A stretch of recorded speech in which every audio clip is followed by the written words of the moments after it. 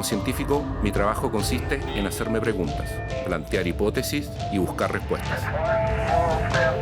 En este programa los quiero invitar justamente a eso, a cuestionarnos y reflexionar sobre los temas que están dando vuelta en la sociedad, para tratar de entender hacia dónde vamos y cuál será la próxima estación. Soy Pato Manque y esta es La Próxima Estación.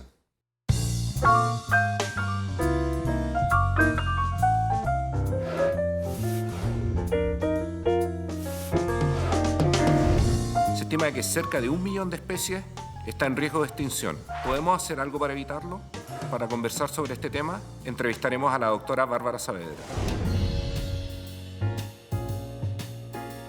Soy Bárbara Saavedra y soy ecóloga, especialista en conservación de biodiversidad. La pérdida de biodiversidad es uno de los problemas globales más importantes que enfrenta el mundo hoy día. Tiene impacto directo en cada localidad. Por lo tanto, hay que trabajar tanto a nivel global como a un nivel local.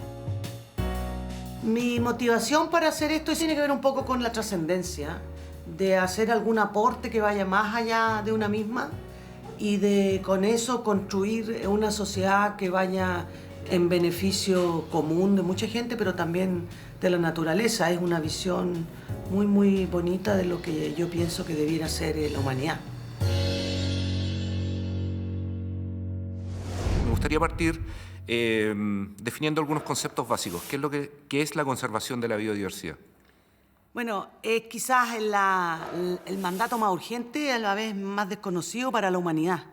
Y es una disciplina científico-práctica que nace a finales de los años 70 y que responde a uno de los factores más relevantes de la crisis global, que es la pérdida de biodiversidad o de naturaleza. Y tiene como mandato específico trabajar y promover y recuperar esa naturaleza en toda su complejidad.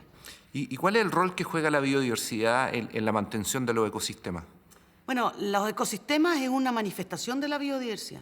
Biodiversidad es un término relativamente muy joven, en realidad, para los estándares de nuestro planeta.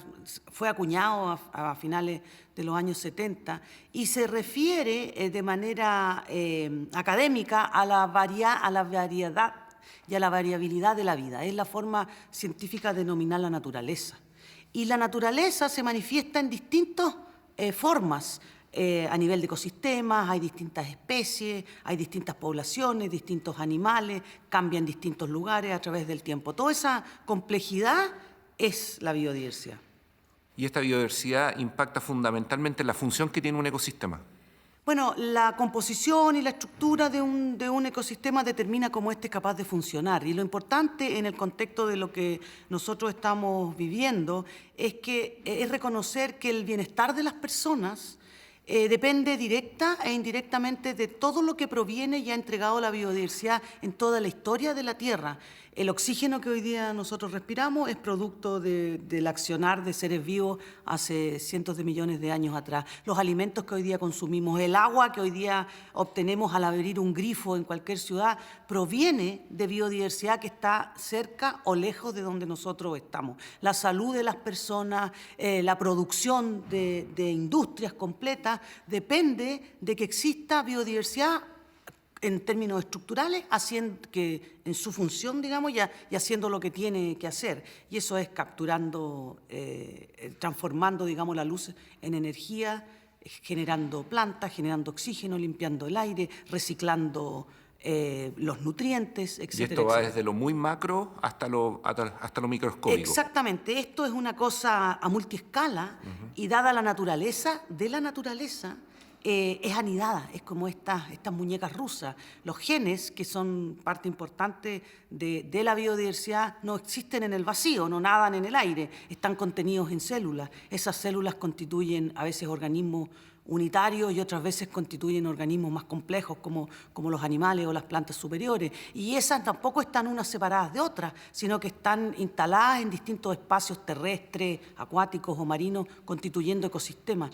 Todo eso es necesario mantener para poder obtener los beneficios que derivan de tener una biodiversidad sana. Y esa es la relevancia en el contexto de lo que nosotros vemos hoy día cuando estamos como planeta experimentando la mayor degradación de biodiversidad que nunca se ha visto, digamos, en nuestra Tierra. Y en ese contexto, ¿qué son los servicios ecosistémicos y cómo se relacionan con biodiversidad? Exactamente, esa es lo que nosotros como humanos, los servicios ecosistémicos, obtenemos de la naturaleza. Son bienes que nosotros tenemos del operar de la naturaleza. Históricamente los dábamos por hecho.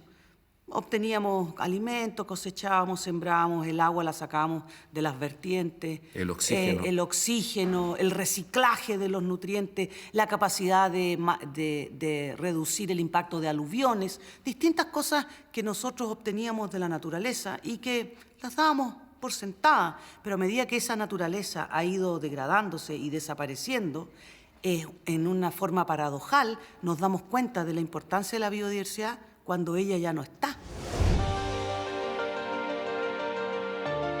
Muchas veces la ciudadanía piensa que cuando hablamos de polinización solamente hablamos de la abeja de la miel y en realidad la pérdida de la polinización tiene que ver su gran mayoría con los recursos de polinizadores silvestres, que son la diversidad de más de 20.000 especies que existen de polinizadores silvestres en el mundo.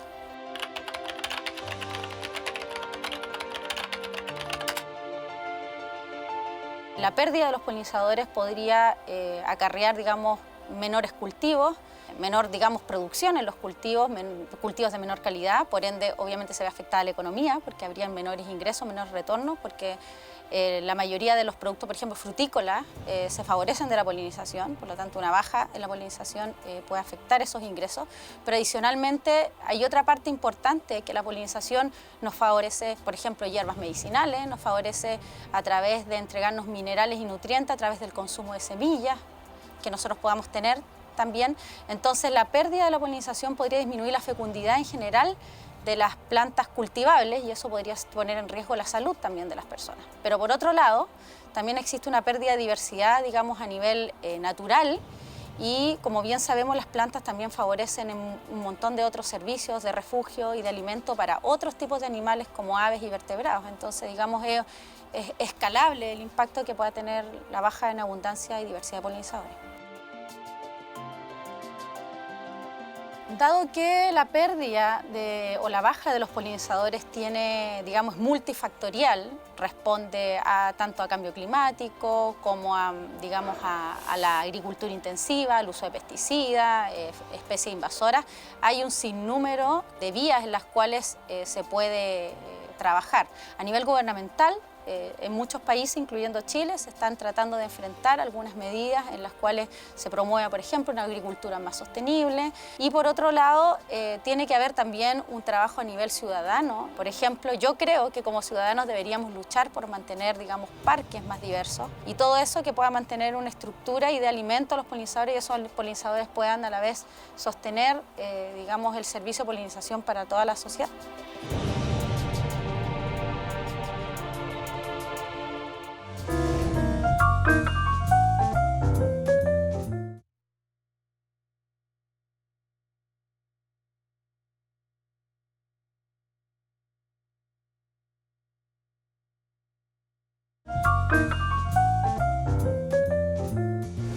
Bárbara, quería partir este bloque conversando sobre una cifra que es alarmante. Se estima que hay alrededor de 1 millón de especies en peligro de extinción. ¿Por qué llegamos a este punto? ¿Quién es responsable de esta situación? Bueno, yo creo que los primeros responsables de esta idea de los humanos de vernos a nosotros como parte separada de la naturaleza. Uh-huh. Y en ese sentido hemos hecho caso omiso de reconocer que somos parte de un sistema. Y nuestras actividades nos han hecho cargo de las consecuencias de impactar ese ecosistema. Es una cosa muy antigua. Incluso aquí en Chile Central, cuando yo trabajaba en cosas de paleoecología, vimos cómo había la actividad humana muy tempranamente tenía impacto en la naturaleza. A medida que nosotros como humanidad empezamos a crecer y a desarrollar más tecnología y a hacer como que estas tecnologías operaban en un vacío sin tener realmente noción de las consecuencias y que ellas tenían sobre otras cosas y sobre todo sin reconocer el valor de esas otras cosas, de esa naturaleza en el bienestar nuestro, las consecuencias es que hemos ido degradando históricamente la biodiversidad. Y bueno, ese es el salto cuántico que tiene que hacer el mundo ahora. Se habla de 1 millón de especies. Nadie sabe muy bien cuántas especies hay, pero sabemos que la estamos perdiendo a una tasa más rápida de la que somos incluso capaces de identificar esas especies. Y el problema que ello tiene es que se van desestructurando las relaciones mínimas que sostienen a la naturaleza en su capacidad de proveer los beneficios para ellas y para nosotros. Y eso impacta directamente en lo que hablábamos recién, ¿no es cierto?, en la funcionalidad que tienen estos ecosistemas para mantener la vida. Exactamente, y la cosa más difícil de abordar en el espacio de la biodiversidad es que esto no es como la molécula de CO2, que es uno de los causantes o quien uno se indica como el causante en los problemas de cambio climático, porque la molécula de CO2 es igual en todas partes. En cambio, la biodiversidad es distinta, es siempre local, siempre es particular, y por lo tanto la capacidad de mantener esa biodiversidad requiere de soluciones mucho más creativas, mucho más específicas, cosas que no hay una solución mágica que pueda aplicarse a los distintos espacios. Y a nosotros nos cuesta como humanidad pensar en diversos. Siempre nos interesa tener la solución en el promedio, y ese es un salto muy relevante.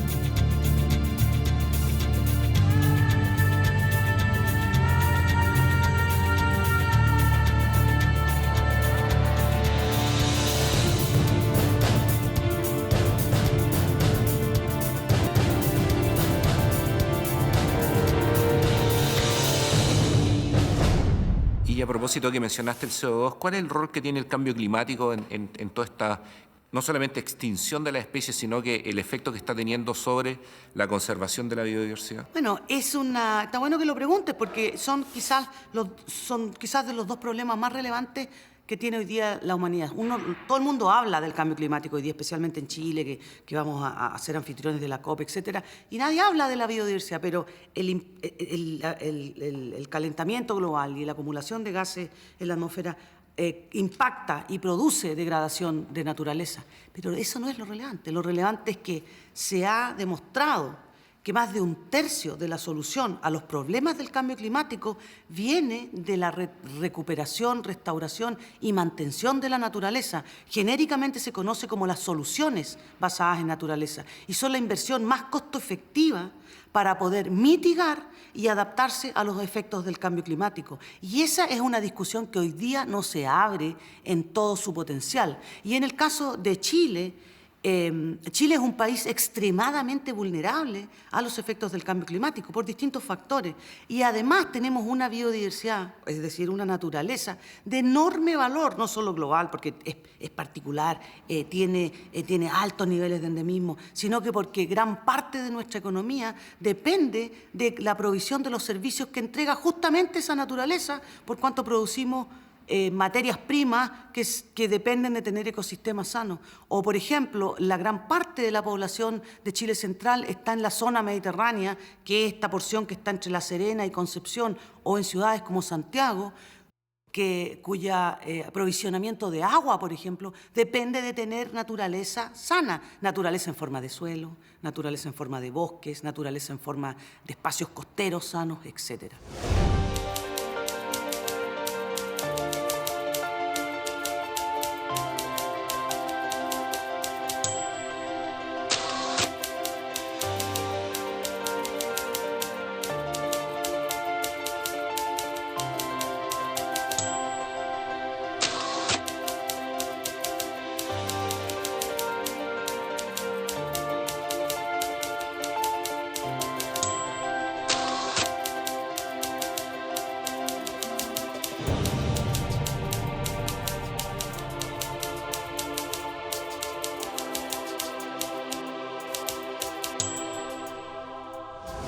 Y en términos de proteger globalmente esta biodiversidad que está siendo atacada por todos estos factores que hemos conversado, ¿qué medidas debemos tomar o cómo podemos comenzar a atacar este problema? Bueno, hay acuerdos globales y el mundo se ha puesto ciertas metas. Una de ellas es hacer áreas protegidas y es lo que la gente tiene en su cabeza más instalado. Pero hay otra serie de elementos que hay que considerar y en la cual tienen que participar todos aquellos que usan esa biodiversidad de manera a desarrollar actividades que no la impacten.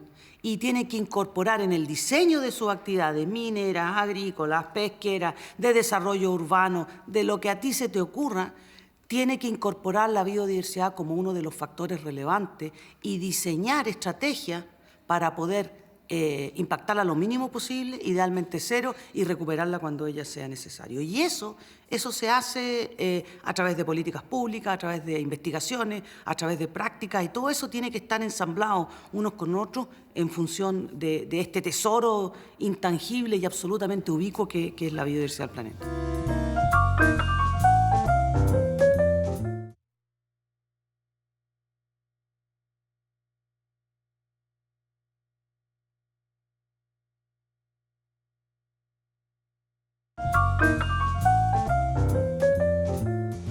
Bárbara, partamos este último bloque hablando cuéntanos un poco sobre la biodiversidad de Chile.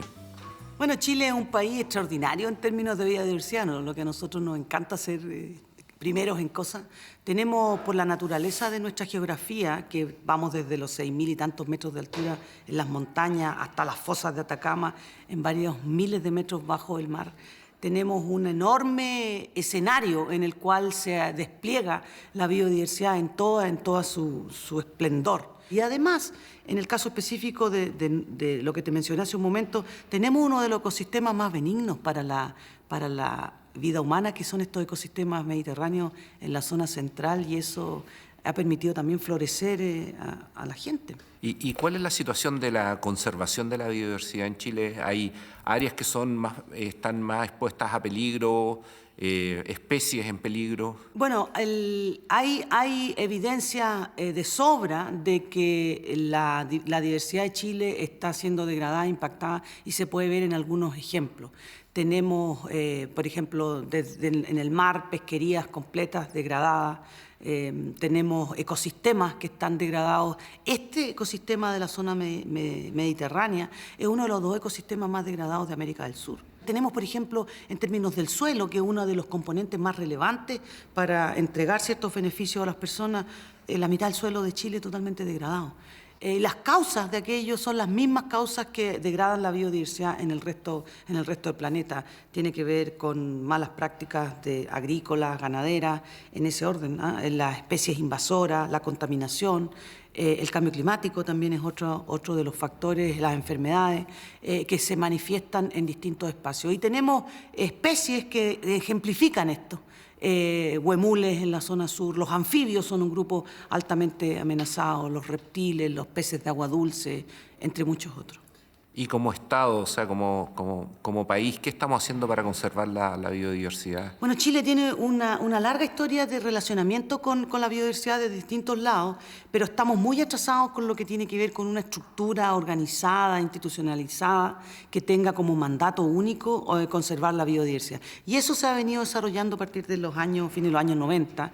El año 2010 se crea el Ministerio de Medio Ambiente y estamos en este momento a la espera y peleando ya por 8 años que dentro de ese ministerio se concrete la creación de un servicio de biodiversidad y áreas protegidas. De esa manera se le va a entregar al Estado una herramienta, un mandato, digamos, irrevocable de conservar su biodiversidad, y un organismo va a poder centralizar gran parte de las funciones que hoy día están por distintos motivos dispersas en distintas otras agencias del Estado cuyo mandato es cualquier cosa menos conservar la biodiversidad. Ese es un salto que tenemos que dar y que yo espero que ahora, este año, lo podamos lograr a miras de la COP25, por ejemplo. ¿Cómo se conjuga desarrollo económico con conservación de biodiversidad? Porque ahí parece ser que hay un antagonismo que surge medio naturalmente en términos de estos modelos de desarrollo económicos que han sido muy agresivos con el medio ambiente.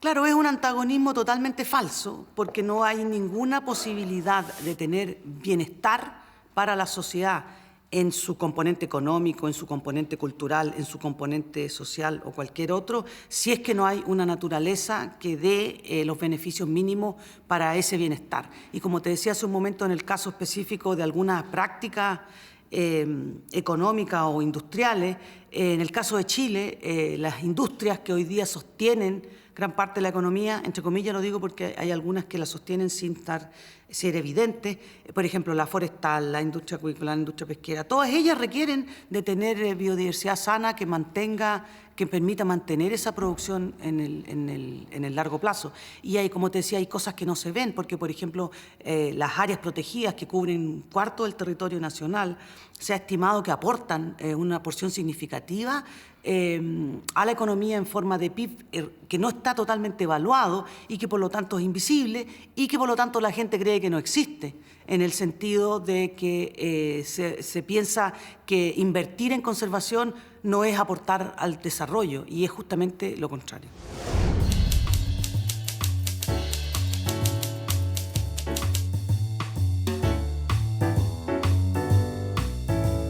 Tenemos distintos manejos, como por ejemplo el cover crops que pueden ver acá, que son cultivos que se tienen entre las hileras que favorecen muchísimo la biodiversidad de las viñas.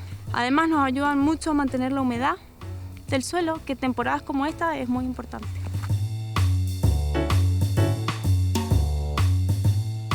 Un cerrillo que es un cerro isla que está al medio de nuestros viñedos y la idea es, está plantado como pueden ver con quillay, que es un árbol nativo.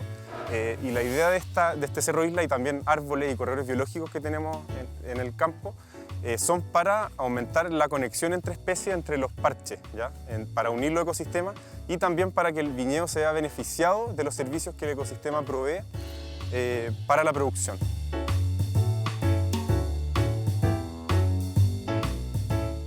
Nosotros claramente notamos la diferencia en que los manejos que nosotros realizamos en los viñedos en cuanto a la producción de las uvas repercuten absolutamente en la calidad del vino. Todo lo que es el manejo, ¿cierto?, del microterroir, donde el clima está totalmente afectado por estos sistemas de biodiversidad aledaños a los viñedos, hacen que en definitiva, ¿cierto?, las uvas, por ejemplo, maduren de mejor manera. Se eviten, ¿cierto?, en temporadas demasiado cálidas, se eviten los efectos excesivos de la radiación o de la temperatura en años que son, ¿cierto?, de esas características. Por lo tanto, está todo relacionado, es decir, si nosotros utilizamos estos servicios ecosistémicos de la mejor forma posible, los cuidamos, los preservamos al futuro, de seguro que nosotros somos capaces de producir un vino de alta calidad.